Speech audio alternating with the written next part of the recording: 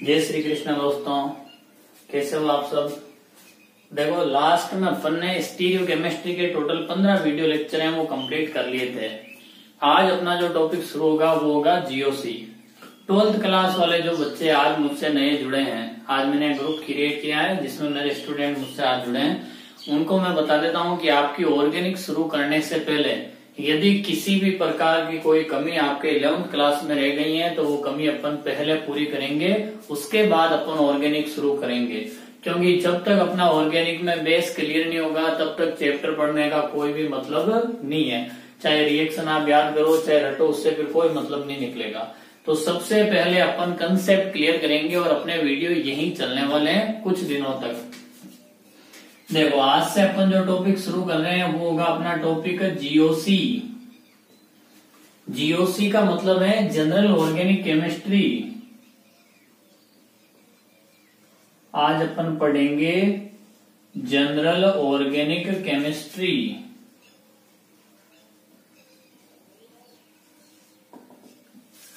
बहुत major topic है। General organic chemistry होती क्या है, यानी अपन को वो इसमें सारी चीजें पढ़नी है जो अपन किसी भी कार्बन और उससे रिलेटेड यौगिकों को पढ़ने से पहले काम में लेते हैं। क्या क्या हो सकता है जीओसी में, देखो नामकरण हो सकता है, इंडक्टिव इफेक्ट हो सकता है, रेजोनेंस हो सकता है, हाइपर कॉन्जुगेशन हो सकता है, इंटरमीडिएट हो सकते हैं, कार्बोकेटाइन क्या होते हैं, न्यूक्लियोफाइल क्या होते हैं, इलेक्ट्रोफाइल क्या होते हैं, न्यूक्लियोफिलिक एडिशन रिएक्शन क्या है, न्यूक्लियोफिलिक सब्स्टिट्यूशन रिएक्शन क्या है, नाइट्रीन क्या है, कार्बिन क्या है, मार्कोनिकोव का रूल क्या है, पोफॉफ का रूल क्या है, कहां पर इंटरमीडिएट स्टेबल होता है, कहां पर नॉन स्टेबल होता है, कौन से बेंजीन वाले पर एरोमेटिक इलेक्ट्रॉन्स नई रिएक्शन होती है, कहां पर न्यूक्लियोफाइल वाली रिएक्शन होती है। इन सारी चीजों को अपन पहले ध्यान से पढ़ेंगे, उसके बाद अपन किसी भी रिएक्शन की मैकेनिज्म है वो आसानी से लिख सकते हैं। तो जीओसी में मैं सबसे पहले आपको 3 चीजें बता रहा हूं। देखो एक तो आपने ये सुना होगा plus I minus I effect, एक आपने ये भी देखा होगा plus R minus R, plus H minus H, plus E minus E. ये ऑर्गेनिक के बेसिक इफेक्ट हैं। आई होता है इंडक्टिव इफेक्ट यानी प्रेरणिक प्रभाव, आर होता है रेजोनेंस यानी अनुनाद प्रभाव, एच होता है हाइपर कंजुगेशन, इसका मतलब क्या होता है अति संयुग्मन, और ई होता है इलेक्ट्रोमेरिक इफेक्ट। सारे दो प्रकार के होते हैं, एक होते हैं प्लस वाले और एक क्या होते हैं माइनस वाले। जो ये सारे प्लस वाले हैं इनको अपन बोलते हैं ERG। ERG का मतलब होता है electron releasing group, electron releasing group यानी इलेक्ट्रॉन देने वाले समूह। हिंदी में लिखेंगे तो क्या हो जाएंगे इलेक्ट्रॉन देने वाले समूह। और इन सभी का मतलब होता है EWG। इंग्लिश में लिखेंगे तो इलेक्ट्रॉन विथड्रॉइंग ग्रुप।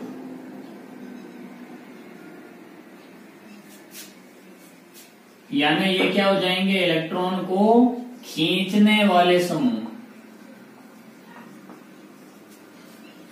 ये तो आप कन्फर्म याद रखो कि ERG का मतलब है इलेक्ट्रॉन देने वाले और EWG का मतलब है इलेक्ट्रॉन खींचने वाले।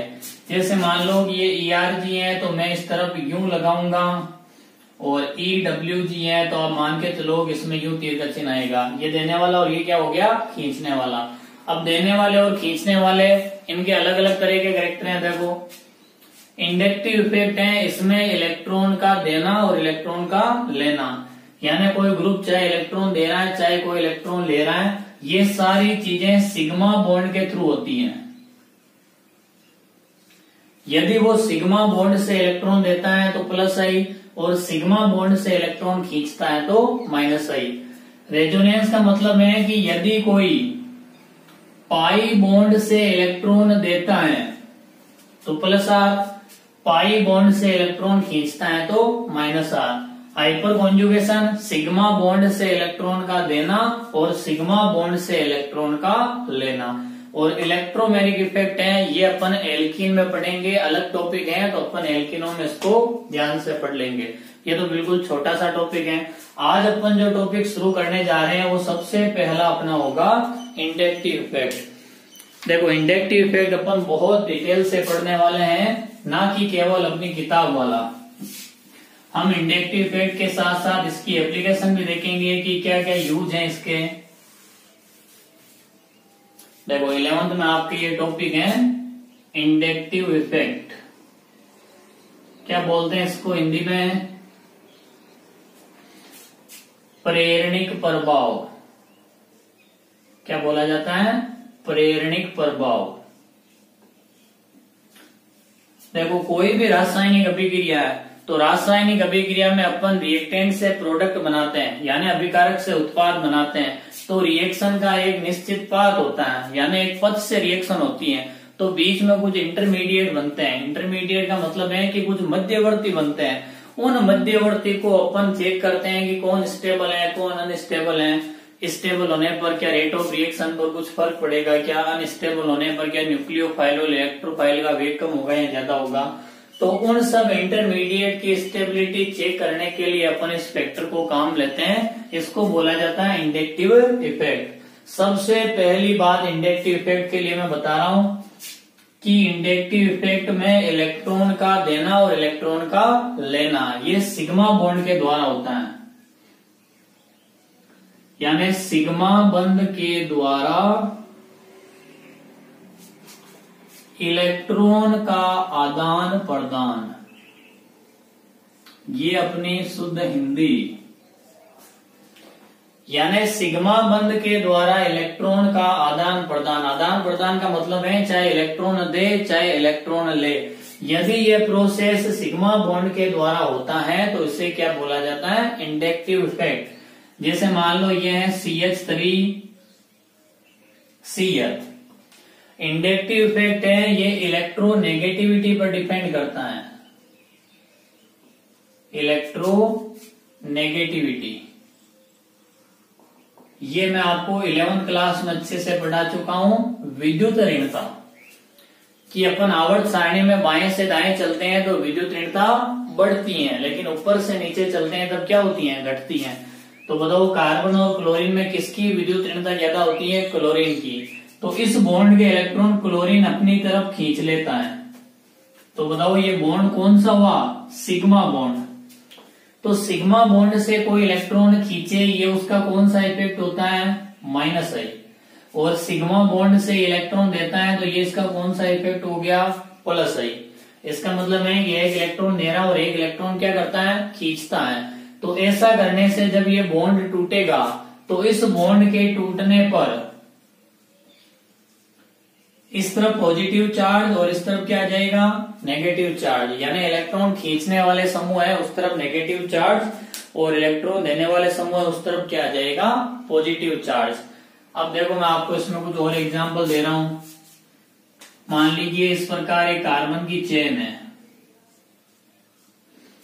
यहां सिरे पर लगा है Cl। तो इस कार्बन की चेन में देखो कार्बन कार्बन बॉन्ड है वो होता है non polar. Carbon hydrogen bond भी क्या होता है? Non polar. ध्यान से सुनना जो मैं बता रहा हूं। कार्बन और हाइड्रोजन के बीच में जो बंध होता है वो अध्रुवीय प्रकृति का होता है। बंध के इलेक्ट्रॉन ना तो कार्बन अपनी तरफ खींचता है ना ही हाइड्रोजन अपनी तरफ खींचता है। और कार्बन कार्बन बंध भी अध्रुवीय प्रकृति का होता है। इसमें भी बंध के इलेक्ट्रॉन किसी भी तरफ शिफ्ट नहीं होते, यानी C और CH दोनों के दोनों नॉन पोलर है, नॉन पोलर बॉन्ड। लेकिन मैंने कार्बन की चेन में लास्ट में क्लोरीन लगा दिया तो क्लोरीन की इलेक्ट्रोनेगेटिविटी कार्बन से क्या होती है? ज्यादा। तो ये इलेक्ट्रॉन अपनी तरफ खींचेगा, अपनी तरफ खींचेगा तो यहां पर इलेक्ट्रॉन की अधिकता होगी, इधर इलेक्ट्रॉन की क्या होगी? कमी हो जाएगी। इस कमी को पूरा करने के लिए ये इस बॉन्ड के इलेक्ट्रॉनों को खींचेगा, इलेक्ट्रॉन की कमी इधर हो जाएगी। ये इससे इलेक्ट्रॉन खींचेगा, इलेक्ट्रॉन की कमी इस पर हो जाएगी, ये इससे इलेक्ट्रॉन खींचेगा। इसका मतलब है कि केवल एक -I प्रभाव वाला समूह श्रृंखला के सिरे पर लगा था और इसके कारण पूरी कार्बन चेन के जो बॉन्ड है वो नॉन पोलर से क्या हो गए? पोलर बॉन्ड हो गए। जनरली प्रेरणिक प्रभाव है वो 3 तक चलता है। 3 का मतलब क्या है? 3 कार्बन तक, 1 2 3। यहां आते आते ये लगभग क्या हो जाता है? नगण्य। यानी प्रेरणिक प्रभाव है वो कितने सिग्मा बंध तक चल सकता है? 3 सिग्मा बंध पर। इसके बाद इसकी जो वेग है वो बहुत कम हो जाता है, लगभग इसको क्या माना जा सकता है? नगण्य। तो जिस तरफ इलेक्ट्रॉन शिफ्ट हुए वो -i, और जिस तरफ से इलेक्ट्रॉन आ रहे हैं उसका क्या हो जाएगा? +i। इसका मतलब है कि कुछ सिग्मा बॉन्ड से इलेक्ट्रॉन दे रहे हैं, कुछ सिग्मा बॉन्ड से इलेक्ट्रॉन क्या करते हैं? ले रहे हैं। चलो एक एग्जाम्पल और लेते हैं, जैसे CH3 CH2, यहां पर हमने रख दिया Cl। तो यहां पर जो बॉन्ड के इलेक्ट्रॉन है वो इलेक्ट्रॉन यहां पर आ जाते हैं लगभग, इधर भी कार्बन है और इधर भी क्या है? कार्बन। लेकिन बॉन्ड के इलेक्ट्रॉन इस साइनो समूह की तरफ आ जाते हैं। इसका मतलब है कि ये समूह कौन सा है? -i वाला। तो ये वाला समूह कौन सा हो जाएगा? +i वाला। ये सिग्मा बॉन्ड से इलेक्ट्रॉन खींचता है, इसका -i, ये सिग्मा बॉन्ड से इलेक्ट्रॉन देता है, तो इसका क्या हो जाएगा? +i। अब हमने कैसे पहचाना कि कौन सा +i वाला होगा, कौन सा -i वाला होगा? तो इसके लिए बिल्कुल सिंपल सी चीज है कि कुछ समूह +i प्रभाव दर्शाते हैं, कुछ समूह -i प्रभाव दर्शाते हैं। ये चीजें फिक्स होती हैं। मैं आपको बता देता हूं, देखो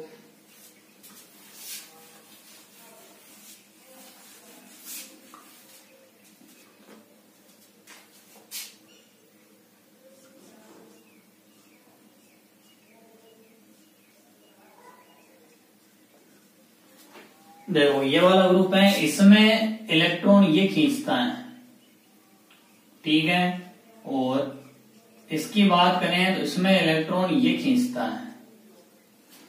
तो मैंने अभी पहले कहा था कि carbon carbon bond non polar है, तो फिर भी इलेक्ट्रॉन का आदान प्रदान क्यों हो रहा है? क्या लग रहा है आपको? कार्बन है वो भी कोई एक प्रकार का होता नहीं है, कार्बन 3 प्रकार के होते हैं। कितने प्रकार के होते हैं? 3 प्रकार के। sp3 संकरित कार्बन होता है, sp2 संकरित कार्बन होता है, sp संकरित कार्बन होता है, ठीक है। sp3 संकरित कार्बन, जैसे मान लो कि इसमें ये वाला कार्बन क्या है? sp संकरित, ये वाला कार्बन sp2 संकरित। कैसे निकालते हैं? संकरण, sigma bond plus lone pair का टोटल निकालना है। यहां अपन बात करें तो देखो इसका है sp2, इसका निकाल लेना sp2, इसका निकालोगे क्या आएगा? sp3। sp3 में 1 s और 3 p कक्षक, टोटल कितने कक्षक हुए? 4। तो मैं आपको पूछूं कि इसमें प्रतिशत s गुण कितने हैं, तो इसमें प्रतिशत s गुण कितने आएंगे? 25, क्योंकि 1 s और 3 p है। 1 s और 2 p टोटल 100 है, तो केवल s का योगदान निकालोगे तो कितना आएगा?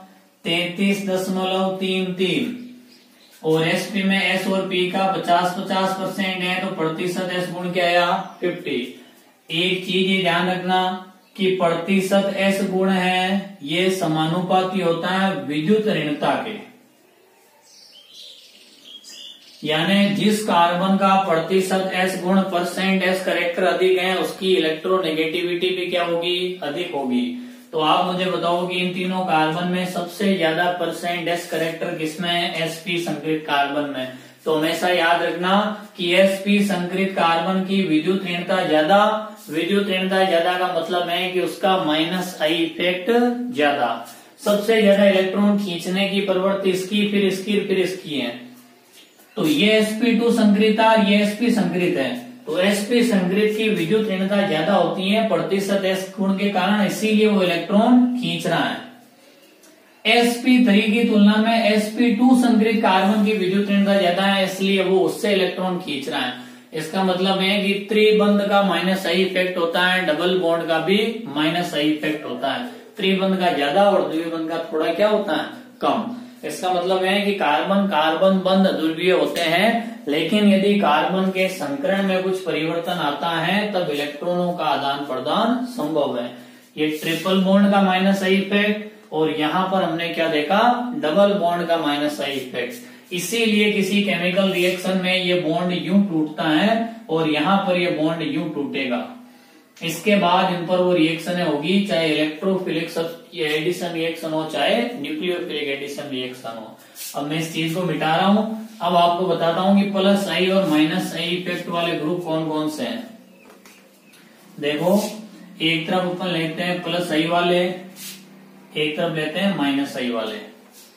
प्लस आई वाले में सबसे पहले एग्जांपल लेने जा रहे हैं एल्किल ग्रुप का, जैसे मेथिल,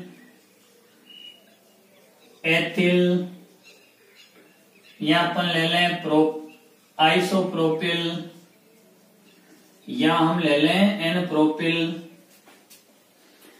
इन सभी में इलेक्ट्रॉन देने की प्रवृत्ति होती है इस प्रकार से। ये किसी से भी जुड़े हो तो इलेक्ट्रॉन हमेशा क्या करते हैं, देते हैं। तो इलेक्ट्रॉन देते हैं इसलिए इनका क्या होता है, प्लस आई प्रभाव होता है। इसके अलावा और इसमें एग्जांपल है तो O माइनस, ये इलेक्ट्रॉन देने वाला है। CW माइनस, ये इलेक्ट्रॉन देने वाला है। NH माइनस, ये भी क्या होता है, इलेक्ट्रॉन देने वाला है। इसी प्रकार क्लोरीन लगाओ, इलेक्ट्रॉन खींचता है। क्लोरीन इलेक्ट्रॉन खींचता है। ब्रोमीन, ये भी इलेक्ट्रॉन खींचता है। CNI, कुछ भी ले लो, ये लो CN, NO2 ले लिया, CHO ले लिया, CWH ले लिया, COCl ले लिया, C ट्रिपल बॉन्ड CH ले लिया, फेनिल ले लिया। इस प्रकार के जो सारे समूह हैं वो हमेशा सिग्मा बॉन्ड से इलेक्ट्रॉन अपनी तरफ खींचते हैं, और इस प्रकार के जो समूह हैं वो हमेशा सिग्मा बॉन्ड से इलेक्ट्रॉन देते हैं। तो माइनस आई वाले और प्लस आई वाले में ध्यान रखना कि प्लस आई वाले में विशेष रूप से एल्काइल ग्रुप आते हैं। किसी भी एल्केन में से एक हाइड्रोजन परमाणु निकालने के पश्चात बना ग्रुप क्या कहलाता है, alkyl group. Plus I effect के लिए मैं आपको एक स्टेटमेंट बता रहा हूं, नोट करना। कार्बन परमाणु की संख्या बढ़ने से प्लस आई प्रभाव बढ़ता है। फिर से सुनना, कार्बन परमाणु की संख्या बढ़ने पर प्लस आई प्रभाव बढ़ता है। मान लीजिए मेथिल है, इसमें एक कार्बन है। एथिल है, इसमें 2 कार्बन है। प्रोपिल है, इसमें 3 कार्बन है। तो हमें पूछे कि तीनों में ज्यादा इलेक्ट्रॉन देने वाला समूह कौन सा है, तो जिसमें 3 कार्बन है, क्योंकि कार्बन परमाणु की संख्या बढ़ने से प्लस आई प्रभाव बढ़ता है। दूसरा स्टेटमेंट सुनना, यदि कार्बन परमाणु की संख्या एक जैसी हो तो कार्बन की डिग्री बढ़ने पर प्लस आई प्रभाव बढ़ता है। जैसे मान लो ये है CH3, CH2, CH2, एक ले लिया CH3, CH, CH3, ये लीजिए 2 ग्रुप लिए हैं मैंने।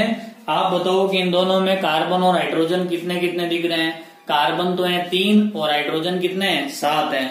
उस तरफ वाला है N प्रोपिल, इस तरफ वाला आइसोप्रोपिल। तो यहाँ पर ये कार्बन 1 डिग्री है, इधर क्या है 2 डिग्री।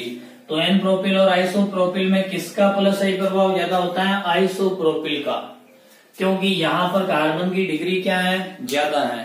तो यही मैं बता रहा हूं कि कार्बन परमाणु की संख्या बढ़ने से प्लस आई प्रभाव बढ़ता है, और कार्बन परमाणु की संख्या समान हो तो डिग्री बढ़ने पर प्लस आई प्रभाव बढ़ता है।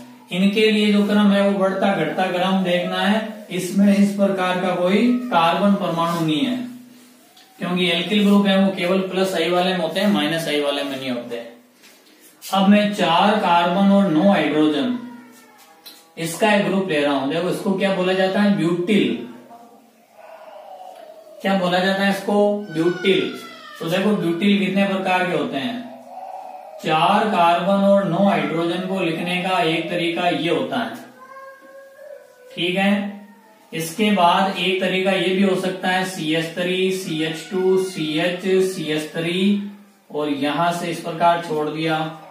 या एक तरीका ये हो सकता है CH3, CH, CH3, CH2, फिर ये छोड़ दिया, और फिर होता है CH3, CH2, CH2 और ये CH2। देखो टोटल N ब्यूटिल को 4 प्रकार से लिख दिया। N ब्यूटिल हो गया, ये वाला आइसोब्यूटिल हो गया, इसको बोलते हैं द्वितीयक ब्यूटिल, और ये वाला क्या हो गया, तृतीयक ब्यूटिल। तो ब्यूटिल के जो हमने 4 रूप लिखे हैं, क्वेश्चन पूछे कि किस ब्यूटिल का कौन सा रूप है वो ज्यादा प्लस आई प्रभाव दर्शाता है, तो यहाँ पर आप इसे देखोगे तो ये है 3 डिग्री। कार्बन की डिग्री का मतलब क्या है कि एक कार्बन से कितने कार्बन जुड़े हैं उसको क्या बोला जाता है, कार्बन की डिग्री। तो यहाँ पर कार्बन है 3 डिग्री, यहाँ पर है 2 डिग्री, इस तरफ है 1 डिग्री और इस तरफ भी क्या है 1 डिग्री।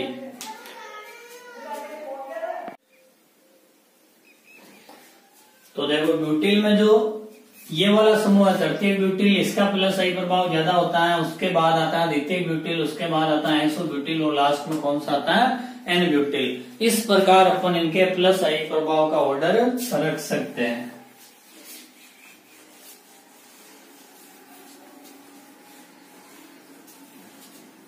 तो देखो प्रेरणिक प्रभाव में मैंने आपको बता दिया कि प्रेरणिक प्रभाव की परिभाषा क्या है कि सिग्मा बंध के द्वारा इलेक्ट्रॉनों का आदान प्रदान क्या कहलाता है प्रेरणिक प्रभाव। जो सिग्मा बंध से देते हैं वो प्लस आई, जो खींचते हैं वो माइनस आई।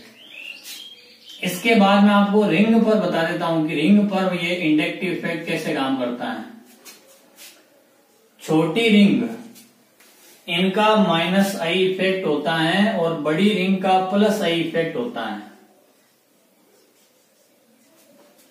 छोटी रिंग का माइनस आई इफेक्ट और बड़ी रिंग का क्या होता है प्लस आई इफेक्ट। मान लीजिए कोई रिंग दे रखी है आपको इस प्रकार से, ये 4 कार्बन की रिंग, इसके साथ ये जोड़ दी 3 कार्बन की रिंग, और हमसे पूछ लिया कि ये जो कार्बन कार्बन बॉन्ड है इस बॉन्ड को तोड़ने से इलेक्ट्रॉन किस तरफ जा रहे हैं।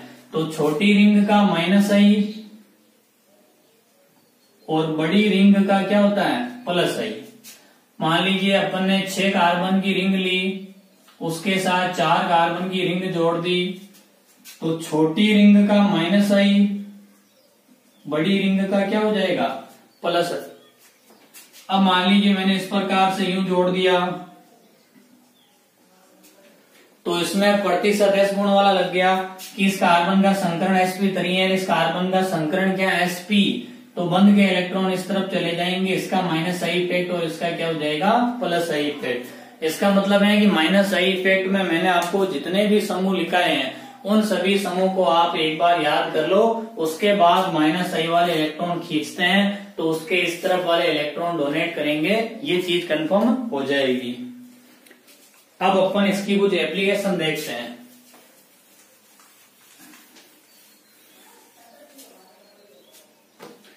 इंडक्टिव इफेक्ट में अपन लेते हैं एप्लीकेशन ऑफ इंडक्टिव इफेक्ट।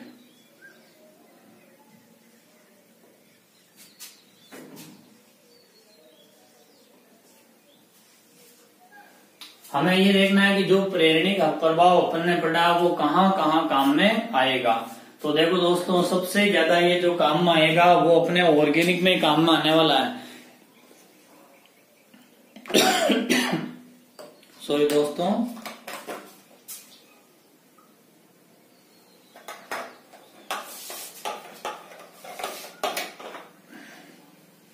हाँ, तो हम बात कर रहे थे कि एप्लीकेशन ऑफ इंडक्टिव इफेक्ट है, इसमें सबसे ज्यादा अपने जो काम में आएगा वो ऑर्गेनिक का ही पार्ट होगा। सबसे पहले मैं आपको बता देता हूं कि रिएक्टिविटी ऑफ एल्किल हैलाइड। जी हाँ, एप्लीकेशन का पहला टॉपिक अपना रहने वाला है रिएक्टिविटी ऑफ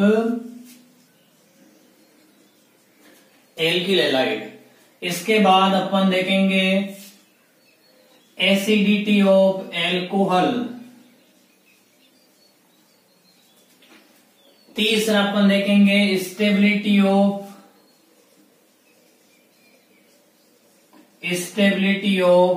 इंटरमीडिएट। चौथा अपन देखेंगे रिएक्टिविटी ऑफ कार्बोनिल कंपाउंड यानी एल्डिहाइड और कीटोन, वो आएंगे इसमें। ये सारी चीजें इंडक्टिव इफेक्ट से किस प्रकार लिंक हैं इसको हमें ध्यान से पढ़ना है। तो सबसे पहला एग्जांपल मैं आपके सामने रखने जा रहा हूं एल्किल हैलाइड का, क्योंकि अपने जो 12th की बुक है उसमें 10वां चैप्टर जहां से ऑर्गेनिक स्टार्ट होती है उस चैप्टर का नाम है हेलो एल्केन यानी एल्किल हैलाइड।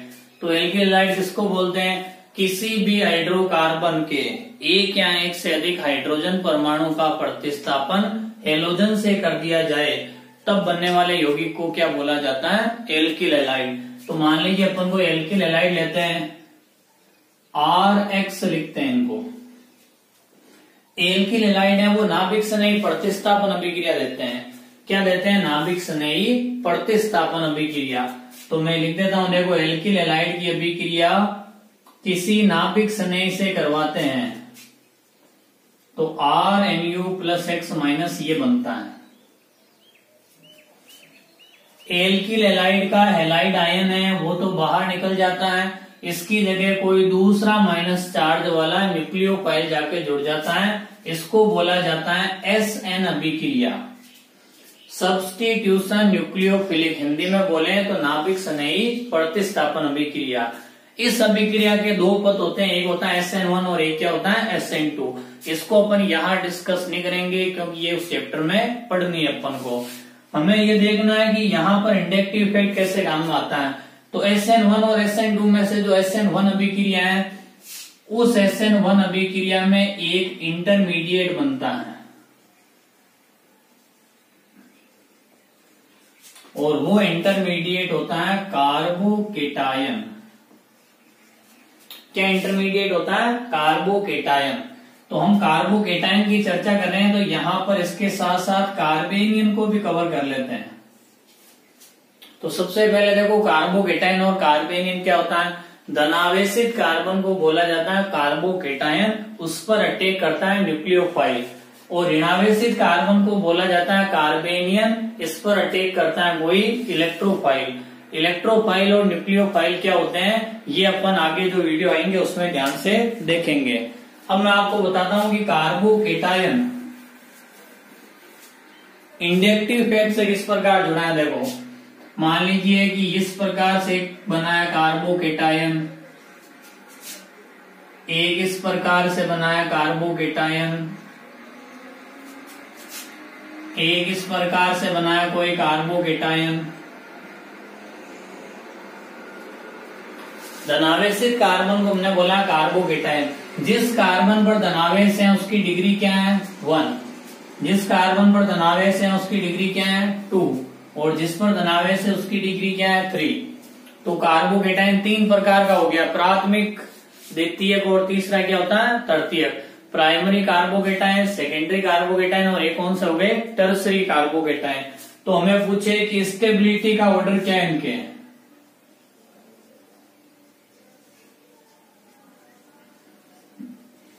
स्टेबिलिटी का ऑर्डर पूछे तो सबसे ज्यादा स्टेबल किसको बताते हैं? 3 डिग्री को।